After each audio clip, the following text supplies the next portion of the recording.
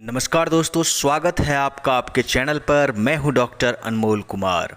BTSC 3270 Ayush चिकित्सकों को लेकर के आपके मन में कई तरह के सवाल रहते हैं। आज उसी सवालों का मैं जवाब देने की कोशिश करूंगा। कुछ एक लोग ने सवाल किए हैं मेरे यूट्यूब चैनल पर, मैं उनका जवाब देना चाहूँगा। सबसे पहला जो सवाल है डॉक्टर श्यामा कुमारी जी का। उन्होंने लिखा है कि न्यू कमर्स के लिए क्या है, इसमें सीटें कम हो जाएंगी।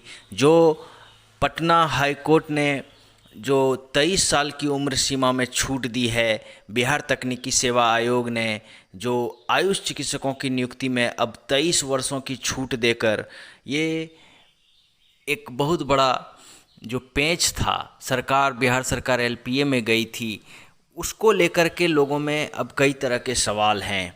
तो दोस्तों, मैं आपको ये बता देना चाहता हूँ कि पूर्व में भी आप देख सकते हैं कि कई तरह की अलग अलग याचिकाओं के निष्पादन के क्रम में आप देखेंगे कि आयुष अभ्यर्थियों को लगातार उम्र सीमा में छूट मिलती रही है।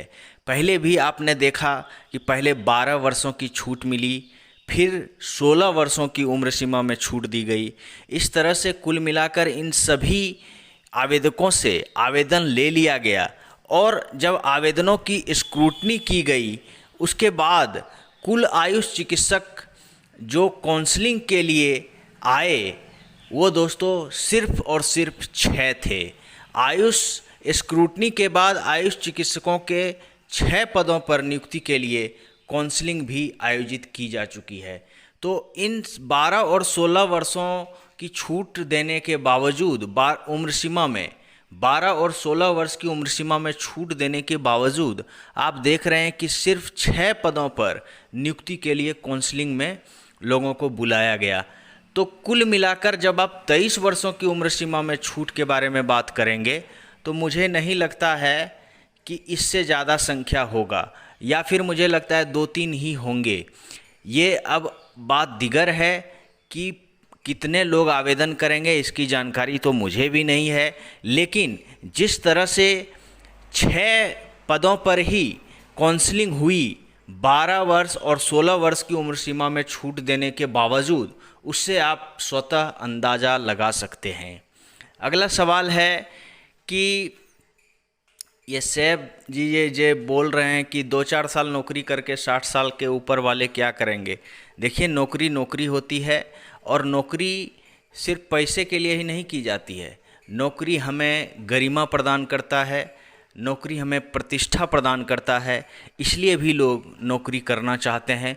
और यह एक परमानेंट वैकेंसी है, इसकी सैलरी, इसकी सुविधाएं बहुत अच्छी होती हैं और एक गजटेड ऑफिसर आदमी बन जाता है। 5400 का ग्रेड पे है। तो आप समझ सकते हैं कि अगर व्यक्ति 60 साल का है या 62 साल का है, अगर वो 5 साल या 7 साल ही नौकरी करेंगे तो पैसा तो वो बहुत कमाएंगे, बहुत सारा पैसा भी उनको मिलेगा, क्योंकि लगभग 70-75 से 75 हज़ार पर मंथ उनको सैलरी मिलेगी और कई तरह की सरकारी सुविधाएं होंगी। इसलिए परमानेंट वैकेंसी का एक अलग महत्व है। और सबसे बड़ी बात है, आयुष चिकित्सक के रूप में वह एक गजटेड ऑफिसर होंगे, इसलिए हर कोई ये नौकरी पाना चाहता है। और आयुष चिकित्सक के रूप में अगर वो एक गजटेड ऑफिसर के रूप में समाज में काम करेंगे तो आयुष की भी प्रतिष्ठा बढ़ती है और जो चिकित्सक उसमें नौकरी करेंगे उनका एक अपना रुतबा हो जाता है।